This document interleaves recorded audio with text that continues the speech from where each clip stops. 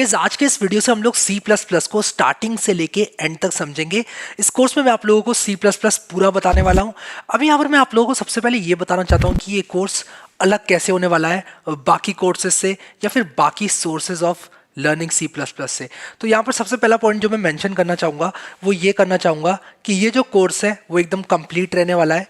तो सबसे पहले मैं यहाँ पर लिख देता हूँ, मैं यहाँ पर इसको कंप्लीट रखूँगा कोर्स को, और उसी के साथ साथ मैं अवॉइड करूँगा वो चीज़ें जो कि बार बार रिपीट होती हैं। ठीक है, यूजलेस रिपीटेटिव स्टफ। ठीक है, यानी कि मैं इस कोर्स को कुछ इस तरह बनाऊंगा कि ये कंप्लीट रहने वाला है और उसी के साथ साथ मैं यूजलेस रिपीटेटिव स्टफ को अलग कर दूंगा। उसी के साथ साथ दूसरा जो पॉइंट मैं यहाँ पर रखूंगा इस कोर्स में, मैं इसको ईजी टू लर्न रखूंगा। और वो मैं कैसे करूंगा, मैं इसको एन्जॉयबल रखूंगा। यानी कि अगर आप इस कोर्स से जुड़े हुए हैं तो आप लोग इस कोर्स का एक एक बिट एंजॉय करेंगे। तो मैं इस चीज़ को इंश्योर करने की पूरी कोशिश करूंगा कि आप लोग अगर इस कोर्स को देख रहे हैं तो आप लोग इसका एक एक बिट को एंजॉय करें। उसी के साथ साथ हमेशा की तरह मैं इसको एब्सोल्यूट बिगिनर्स की तरह बनाने वाला हूं।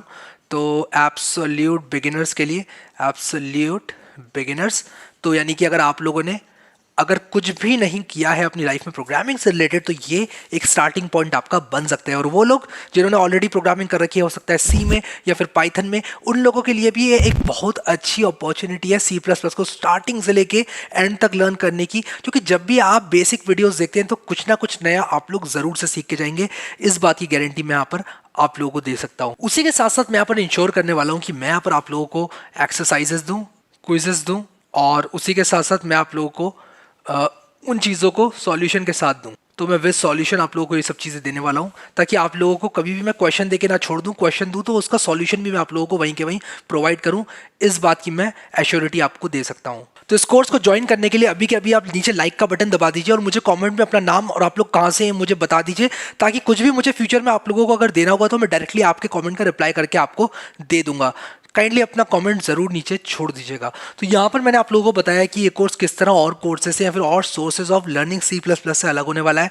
अब मैं यहाँ पर आप लोगों को बताना चाहता हूँ कि ये जो कोर्स होगा उसके इस वीडियो में मैं यहाँ पर आप लोगों को क्या क्या बताने वाला हूँ।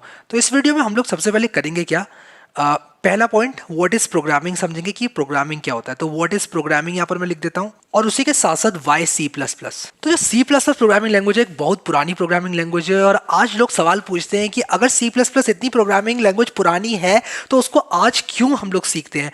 और प्रोग्रामिंग क्या होता है, सबसे पहले प्रोग्रामिंग बिगिनर्स के लिए देख लेते हैं। तो प्रोग्रामिंग एक तरीका होता है अपने विचारों को कंप्यूटर से व्यक्त करने का। जैसे मान लो मैं आप लोगों से कुछ पूछना चाहता हूँ, मान लो मैं आप लोगों से पूछना चाहता हूँ कि आपने क्या दोपहर का खाना खाया या नहीं खाया। तो मैं क्या करूँगा, मैं आप लोगों से पूछूंगा कि क्या आपने खाना खा लिया। तो अगर मैं आप लोगों से इस तरह से पूछूंगा तो आप लोगों को पता चल गया मैं क्या पूछ रहा हूँ और आप उसके हिसाब से रिस्पॉन्ड करोगे मुझे कि हाँ मैंने खाना खा लिया या ना मैंने खाना नहीं खाया।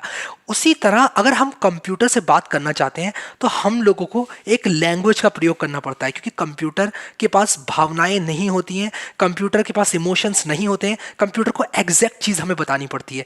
जैसे कि हम अगर सरकाज़म करें, अगर मैं किसी ने कोई खाना बनाया और वो अच्छा नहीं बनाया, उसने कहा कि कैसा है, मैंने कह दिया कि बहुत ही अच्छा खाना है, ऐसे बोल दिया। तो कभी कभी हम सरकास्टिकली बोल देते हैं जब खाना अच्छा नहीं होता है, उसके बाद भी बोल देते हैं यार कुछ ज़्यादा ही अच्छा खाना बन गया आज तो, इस तरह से बोल देते हैं। तो उसका मतलब होता है कि खाना अच्छा नहीं है। लेकिन कंप्यूटर को ये सब चीज़ें समझ में नहीं आती हैं, इसीलिए हमको बहुत ही प्रिसाइज होना पड़ता है कंप्यूटर को समझाने के लिए। एक बहुत ही एक्यूरेसी के साथ हमको काम करना पड़ता है। अगर हमने कंप्यूटर से कहा है ये करो तो वह एग्जैक्टली यही करेगा, बिल्कुल भी इमोशंस को नहीं समझेगा। इसीलिए प्रोग्रामिंग लैंग्वेज बनाई गई है। इसीलिए प्रोग्रामिंग लैंग्वेज हम लोग यूज़ करते हैं एक कंप्यूटर से अपने विचारों को व्यक्त करने के लिए। अगर मैं चाहता हूँ कि कंप्यूटर एक काम को कर दे, 10 नंबर्स को जोड़ दे या 10 नंबर्स को मल्टीप्लाई कर दे, तो मैं कंप्यूटर को बता सकता हूँ अपनी भाषा में कि इन नंबर्स को मल्टीप्लाई करना है या इन नंबर्स को जोड़ना है। अब यहाँ पर हम कंप्यूटर का इस्तेमाल क्यों करते हैं वो तो आप सभी को मालूम होगा, क्योंकि कंप्यूटर कुछ चीज़ें सारी नहीं, कुछ चीज़ें इंसानों से बहुत तेज़ करते हैं, बहुत ही क्वालिटी के साथ करते हैं, एफिशिएंसी के साथ करते हैं, बिना गलती के करते हैं। जैसे कि अगर हम 1 लाख नंबर्स का सम करना चाहते हैं तो अगर एक इंसान से करवाओगे बैठ के तो शायद वो गलती कर देगा, लेकिन अगर वही काम आप करवाओगे एक मशीन से यानी कि कंप्यूटर से तो शायद वो गलती ना करे। ठीक है, तो यहाँ पर व्हाट इज प्रोग्रामिंग तो समझ में आ गया आप लोगों को। वाई C++ की बात कर लेते हैं। तो C++ बजान स्टाउस्ट्रप ने बनाई थी 1979 में। ये प्रोग्रामिंग लैंग्वेज इतनी पुरानी है, लेकिन एक ऐसी प्रोग्रामिंग लैंग्वेज है जिसने इवॉल्व किया टाइम टू टाइम। और ये जो प्रोग्रामिंग लैंग्वेज है वो हार्डवेयर के बहुत नज़दीक है। हमने C प्रोग्रामिंग लैंग्वेज देखी अगर आप लोगों ने नहीं देखी तो आप लोगों ने सी प्रोग्रामिंग लैंग्वेज का नाम ज़रूर सुना होगा। सी प्रोग्रामिंग लैंग्वेज में क्या था, एक बहुत ही बेसिक सी प्रोग्रामिंग लैंग्वेज थी जिसमें क्या था कि अगर आपका एक कंप्यूटर है यहाँ पर, जैसे मान लो ये मेरी पीसी है, ठीक है, मैंने यहाँ पर ये पीसी ले ली, ये कोई ना कोई ऑपरेटिंग सिस्टम रन करती होगी, तो ये है हमारा हार्डवेयर, जो हमारी पीसी है वो हार्डवेयर है और ये हमारा ऑपरेटिंग सिस्टम है और इसके ऊपर एप्लीकेशंस होती हैं। तो सी प्लस प्लस हम लोगों को वो प्रोग्राम लिखने में सहायता करता है जिनकी मदद से हम हार्डवेयर के बहुत नज़दीक से बात कर सकते हैं, यानी कि हम हार्डवेयर को एग्जैक्ट काम करवाने में मजबूर कर सकते हैं। हम लोग उसको इंस्ट्रक्शन दे सकते हैं कि आपको ये एग्जैक्टली करना है। शायद अगर हम वही काम किसी दूसरी प्रोग्रामिंग लैंग्वेज जैसे पाइथन या जावा से करें तो वो किसी एक इंटरमीडिएट के थ्रू उस काम को करेगा, जिसकी वजह से वो स्लो होगा। तो इसीलिए सी प्लस प्लस बहुत फास्ट है। और उसी के साथ साथ सी प्लस प्लस में सी के ऑन टॉप ऑफ सी बहुत सारे फीचर्स हैं सी के ऊपर से, इसीलिए उसको ये अलग बनाते हैं। इसीलिए सी प्लस प्लस में सी से कुछ ज़्यादा और फीचर्स हैं। जैसे कि हम बात करें ऑब्जेक्ट ओरिएंटेड प्रोग्रामिंग की, तो ऑब्जेक्ट ओरिएंटेड प्रोग्रामिंग क्या चीज़ है ये तो हम आगे देखेंगे, लेकिन ऑब्जेक्ट ओरिएंटेशन एक बहुत बड़ा कॉन्सेप्ट है प्रोग्रामर्स के लिए। तो ऑब्जेक्ट ओरिएंटेड प्रोग्रामिंग इसमें होती है, ये हम लोगों को जानना बहुत ज़्यादा ज़रूरी है। तो खैर ये चीज़ तो अभी मैं यहाँ पर ज़्यादा फोकस नहीं करना चाहता इन सब चीज़ों पे। मैं अभी सबसे पहले आप लोगों को स्टार्ट करवाना चाहता हूँ सी प्लस प्लस प्रोग्रामिंग से, और उसके बाद तो ये सब चीज़ें हम कर ही लेंगे। तो इस वीडियो में पहला मुद्दा तो ये हो गया कि वाई सी प्लस प्लस, और उसी के साथ साथ हम लोग जो दूसरा है पॉइंट व्हाट इज़ प्रोग्रामिंग, और why learn C plus plus के साथ जो देखेंगे वो है हमारा installation of V S code. अब हम जब भी कोड लिखते हैं तो हमारे पास दो चॉइसेस हैं, या तो हम एक आईडीई या फिर सोर्स कोड एडिटर यूज़ करें, या फिर हम नोटपैड यूज़ कर लें।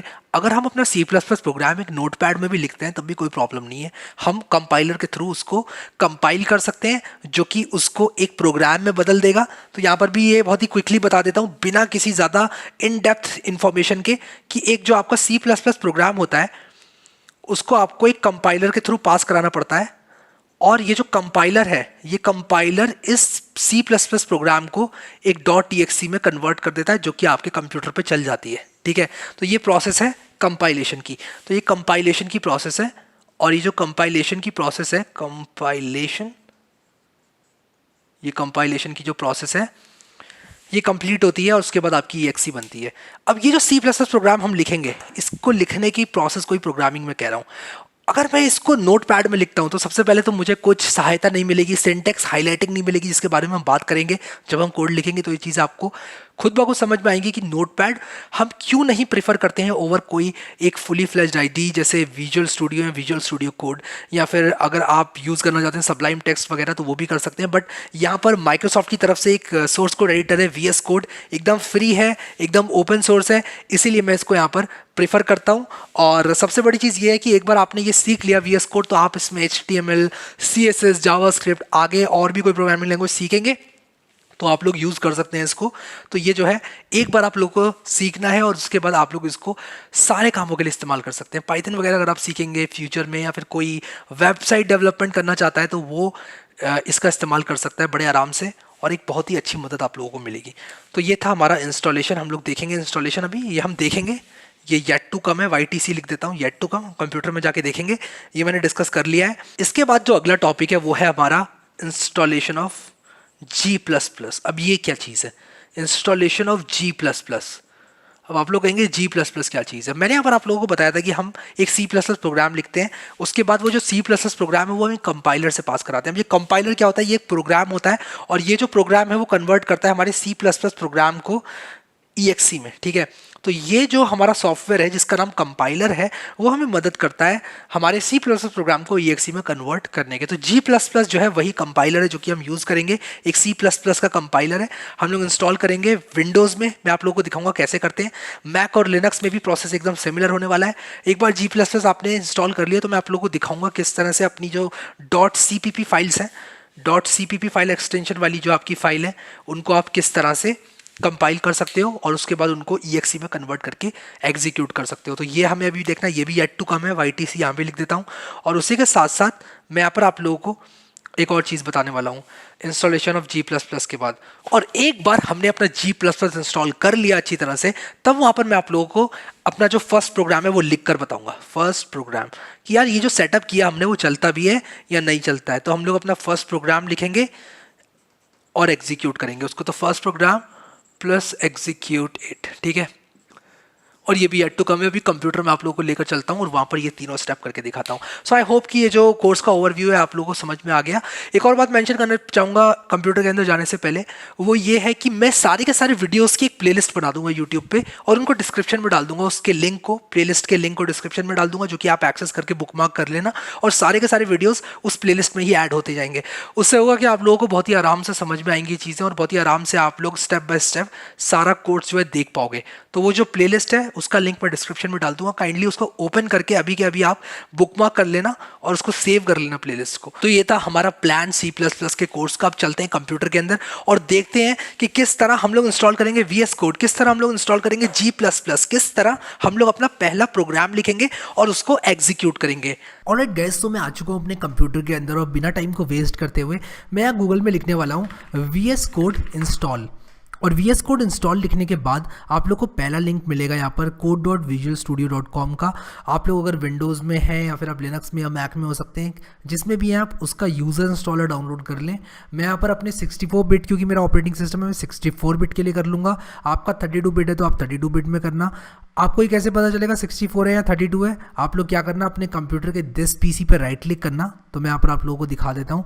दिस पीसी पे मैं यहाँ पर राइट क्लिक करूँगा और राइट क्लिक करने के बाद मैं यहाँ पर क्या करूँगा, मैं यहाँ पर प्रॉपर्टीज़ में जाऊँगा और प्रॉपर्टीज़ में जाने के बाद यहाँ पर देखो ये लिख कर आ रहा है 64 बिट ऑपरेटिंग सिस्टम, ठीक है।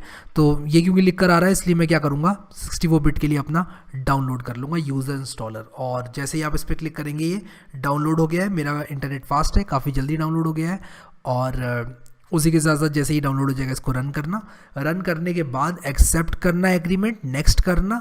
फिर उसके बाद यहाँ पर ऐड ओपन विद कोड, जो मैंने चेक किए हुए हैं ये सब चेक कर लेना। इसके बाद नेक्स्ट पर आप क्लिक करें, फिर इंस्टॉल कर लें। इंस्टॉल करेंगे आप तो ये जो है आराम से टाइम लेके अपना इंस्टॉल हो जाएगा, काफ़ी फास्ट हो जाता है ये। तो आप इसको इंस्टॉल कर लें। जैसे ही आप ये इंस्टॉल कर लेंगे विजुअल स्टूडियो कोड, आपको उसके बाद क्या करना है, आपको एक नई टैब खोलनी है। अब ये इंस्टॉल हो जाएगा, ये पैरेलली होता रहेगा। मैं एक नई टैब खोलूँगा और मैं यहाँ पर min-gw इंस्टॉल लिखूँगा। मैंने आप लोगों को बताया था कि सबसे पहले मैं आप लोगों को विजुअल स्टूडियो कोड इंस्टॉल कर पाऊँगा, शायद ये हो चुका है। मैं इसको भी फिनिश कर देता हूँ। मेरा ये जो है इंस्टॉल हो गया है। अब मैं यहाँ पर min-gw को इंस्टॉल करूँगा और यहाँ पर देखो min-gw.org करके वेबसाइट है, इस पर आप जाएँ और जैसे आप इस पर जाएंगे ये पेज खुलेगा। आपको डाउनलोड्स में जाना है। जैसे ही आप डाउनलोड्स में जाएंगे तो ये पेज खुलेगा OSDN वाला। फिर ये आपको दिख रहा है ना विंडोज़ लिखा हुआ, इस पर आप क्लिक करना और ये आपका min-gw जो है वो डाउनलोड होना स्टार्ट हो जाएगा। तो देखो यहाँ पर ये जो min-gw है वो डाउनलोड हो चुका है मेरा। अब जैसे ही डाउनलोड हो जाएगा मैं इसको भी ओपन करूँगा। इस पर मैंने क्लिक किया और ये देखो ओपन हो गया। आपको इंस्टॉल पे क्लिक करना है, उसके बाद कंटिन्यू पे क्लिक करना है। देखो यहाँ पर min-gw में मैं इसको इंस्टॉल कर रहा हूँ। आप लोग कहीं और मत ही करना इंस्टॉल, अगर आप लोग एक बिगिनर हैं तो आप कंटिन्यू पे क्लिक करें और ये जो है डाउनलोड करेगा। बहुत जल्दी डाउनलोड करता है चीज़ों को ये, इसको इसका टाइम दें और ये डाउनलोड जैसे ही हो जाएगा उसके बाद मैं बताता हूँ क्या करना है। अभी ये चल रहा है डाउनलोड, तो इसको डाउनलोड होने देता हूँ। मैं यहाँ पर आप लोगों को एक प्लेलिस्ट बना कर दूंगा, उसको आपको एक्सेस कर लेना है। और ये चैनल है, अगर आप लोगों को वो प्लेलिस्ट नहीं मिलती है तो आप यहाँ चैनल के प्लेलिस्ट सेक्शन में जाकर वो जो C++ कोर्स की प्लेलिस्ट है उसको एक्सेस कर सकते हैं। उसी के साथ साथ मैंने सारी प्लेलिस्ट जितनी भी बनाई हुई हैं अभी तक सब मैंने यहाँ पर डाले हुए हैं वीडियोस, तो यहाँ पर आप लोगों को मिल जाएगा सब कुछ।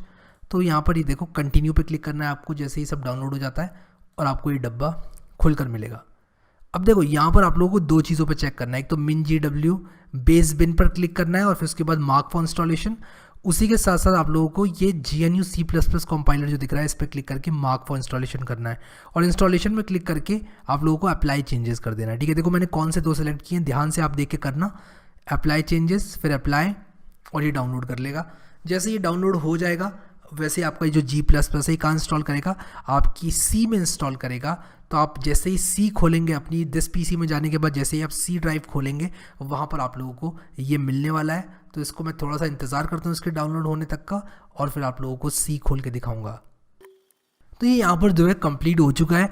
मैं क्लोज पे क्लिक करूँगा और जैसे ही मैं क्लोज पे क्लिक कर दूंगा मेरा इंस्टॉलेशन जो है डन हो चुका है। देखो यहाँ पर ये ग्रीन भी हो गया है। एनीवेज इसको बंद करते हैं और इसी के साथ साथ हम क्या करेंगे, दिस PC में जाने के बाद हम लोग C खोलेंगे और यहाँ पर देखो एक min-gw करके फोल्डर आ गया है। ये min.gw फोल्डर में जब bin में हम जाएंगे तो यहाँ पर देखो हमें g++.exe मिलेगा, ठीक है। लेकिन ये जो हमारा पाथ है, अभी अगर मैं अभी अपने पावरशेल में जाऊँ और g++ लिखूँ तो मुझे एक एरर मिलेगा, the term g++ is not recognised. और ये बहुत ही कॉमन एरर है, बहुत सारे लोगों का आता है, इसलिए मैं बता रहा हूँ एक बहुत ही कॉमन एरर है ये। और मैं चाहता हूँ कि आप लोग जो है इसको ध्यान से देखना, मैं कैसे इसको सॉल्व करूँगा। एक और हमको स्टेप करनी है g++ को चलाने के लिए। तो ये जो बिन है हमारा cmin.gw बिन, इसको कॉपी करना पूरे पाथ को। उसके बाद दिस पीसी में राइट क्लिक करना है, प्रॉपर्टीज़ में जाना है, ध्यान से सुनना और ध्यान से करना। एडवांस सिस्टम सेटिंग्स में जाना है, एनवायरनमेंट वेरिएबल्स में जाना है। और ये जो सिस्टम वेरिएबल्स है ना मेरे, इसमें पाथ दिख रहा है आपको, यहाँ पर राइट क्लिक करना है, सॉरी यहाँ पर क्लिक करना है और फिर एडिट पे क्लिक करना है। न्यू पे क्लिक करके बस यहाँ पर इसको cmin.gw बिन को यहाँ पर ऐड कर देना है। That's it. ओके करना है, ओके करना है, ओके करना है, बंद करना है। और सबसे इंपॉर्टेंट, ये जो पावर शेल है इसको रीस्टार्ट करना है, पावर शेल को रीस्टार्ट करना है, राइट क्लिक करके विंडोज़ पावर शेल। ये देखो अब मैंने g++ लिखा तो देखो कह रहा है फेटल नो इनपुट फाइल्स, जिसका मतलब है कि ये चल गया है, लेकिन अभी हमने इसको इनपुट फाइल्स नहीं दी हैं, जो कि हम देंगे अभी। मैं आप लोगों को दिखाऊंगा कैसे करना है वो स्टेप। बहुत बढ़िया, हमने जो है काम अपना पूरा कर लिया है। तो अब मैं यहाँ पर करूँगा क्या, ये जो मेरा बिन था इसको बंद कर दूंगा और मैंने यहाँ पर एक फ़ोल्डर बना लिया C++ कोर्स करके, और राइट क्लिक करूँगा मैं यहाँ पर। राइट क्लिक करने के बाद मैं ओपन विथ कोड कर दूंगा इस फोल्डर को, और जैसे ही मैं ओपन विथ कोड करूँगा ये फोल्डर मेरा VS कोड में खुल जाएगा। अब ये हमारा बेसिक VS कोड है, आप लोग इससे डरना बिल्कुल भी मत। यहाँ पर हमारा एक गेयर बटन है, यहाँ पर बहुत सारी हमारी सेटिंग्स वगैरह हैं, कीबोर्ड शॉर्टकट्स हैं, सब कुछ हम अभी नहीं देखेंगे। जैसे जैसे जो चीज़ आती जाएगी मैं आप लोगों को बताता जाऊँगा। अब यहाँ पर देखो हमें क्या करना है अभी के लिए, सेटअप करने के लिए ये जो लास्ट वाला बटन है एक्सटेंशंस वाला, इस पर क्लिक करना है और हमें C++ एक्सटेंशन मिलने वाली है माइक्रोसॉफ्ट की तरफ से, इसको इंस्टॉल कर लेना है। जैसे ही मैं इंस्टॉल पे क्लिक करूँगा ये इंस्टॉल हो जाएगी, और ये देखो टाइम ले रही है थोड़ा सा इंस्टॉल होने में, और ये हम लोगों को इंटेलिजेंस प्रोवाइड करेगी। अभी इंटेलिजेंस का क्या मतलब है, इंटेलिजेंस का मतलब है कि जैसे ही हम C++ हम यूज़ करेंगे और उसका हम सिंटैक्स लिखेंगे, वैसे वैसे ही हमें सजेस्ट करता जाएगा नीचे को कि ये लिख लो, ये लिख लो। जैसे मैंने मान लो हैश इंक्लूड लिखा, तो हैश इंक्लूड लिखते ही मुझे सजेस्ट करेगा कि INC लिखूंगा तो कहेगा इंक्लूड होगा, तो ऑटो कंप्लीट और वो सब चीज़ें करने में हमें मदद देता है। देखेंगे आगे हम ये सब चीज़ें कैसे करनी है, देखेंगे। यहाँ पर मैं आ जाऊँगा अब हमारे एक्सप्लोरर में, ये एक्सप्लोरर बटन है, ये हमारा एक्सटेंशन था, बाकी को अभी आप मत देखो। ये बटन है हमारा नई फाइल क्रिएट करने का, ये है हमारा बटन नया फोल्डर क्रिएट करने का, ठीक है। और बिल्कुल भी बाकी चीज़ें आप मत देखो, मैं कह रहा हूँ स्टेप बाय स्टेप हम लोग देखेंगे, जैसे जैसे टाइम आगे जाता जाएगा आप लोगों को समझ में आता जाएगा। यहाँ पर जैसे मैं क्लिक करूँगा और यहाँ पर मैं लिखूँगा मान लो tut1.cpp, तो एक C++ फाइल यहाँ पर बन चुकी है, ठीक है। अब यहाँ पर देखो ये कह रहा है इनसाइडर्स वर्जन अवेलेबल, तो डोंट शो अगेन कर देना इसको। अभी यहाँ पर मैंने कुछ अपने सेटिंग्स जो है उनको चेंज कर रखा है, तो सेटिंग्स में जाकर कंट्रोल माउस व्हील, मैं माउस व्हील लिखता हूँ, तो यहाँ पर एक सेटिंग होती है कि आप जूम कर पाओगे माउस व्हील की मदद से, इसको चेक कर देना। तो आप कंट्रोल दबा के जैसे माउस व्हील घुमाओगे ऐसे आप छोटा बड़ा कर सकते हो इसको इस तरह से, तो ये काफ़ी काम में आता है। और हम लोग देखेंगे इन सब चीज़ों को और भी, लेकिन अभी के लिए आप लोगों को सिर्फ इतना ही करना है, ठीक है। तो ये हमने देखा, और इसी के साथ साथ हम क्या करेंगे, जैसे ही मैं यहाँ पर लिखूँगा हैश इंक्लूड, तो ये देखो यहाँ पर इसने मुझे कंप्लीट करके दिया है। अब मैं यहाँ पर लिखूँगा IO स्ट्रीम, ठीक है। और ये क्या है मैं कह रहा हूँ बिल्कुल भी अभी आप लोगों को नहीं सोचना है इस बारे में, ठीक है। मैं यहाँ पर लिखूँगा इंट मेन, आप लोग कहेंगे ये इंट मेन क्या है, मैं कहूँगा आप लोगों को सोचना ही नहीं है अभी, क्योंकि हम सिर्फ एक प्रोग्राम चला रहे हैं। और यहाँ पर हेलो वर्ल्ड लिख देना, और मैं इसको एक्सप्लेन करूँगा, मैंने ये नहीं कहा कि मैं इसको एक्सप्लेन नहीं करूँगा, लेकिन अभी के लिए आप लोगों को क्या करना है, बिल्कुल भी इसको ज़्यादा नहीं सोचना है कि ये क्या है, कैसे काम कर रहा है प्रोग्राम, बिल्कुल भी नहीं सोचना है। अब आप टर्मिनल में जाकर न्यू टर्मिनल पे क्लिक करना, आपका टर्मिनल खुल जाएगा। ये टर्मिनल पे क्लिक करना और लिखना G++ tut1 के बाद टैब दबा देना, या फिर ये पूरा लिख लेना ./tut1.cpp। जैसे ही आप ये लिखोगे ना और एंटर मारोगे, यहाँ पर देखना मैं इस पर क्लिक करता हूँ एक्सप्लोरर पे, एक नई फाइल बनी a.exe, देखो a.exe बनी। अब मैं जैसे ही a लिखूँगा और टैब की दबाऊँगा तो ये ऑटो कंप्लीट हो गया। देखो ये चीज़ आप मैनुअली भी टाइप कर सकते हैं, लेकिन ए और टैब दबा के ये ऑटोमेटिकली कंप्लीट हो जाता है। तो ./a.exe करना, एंटर मारना, और ये देखो ये हमारा सॉफ्टवेयर है जो कि क्या करता है, हेलो वर्ड प्रिंट करता है।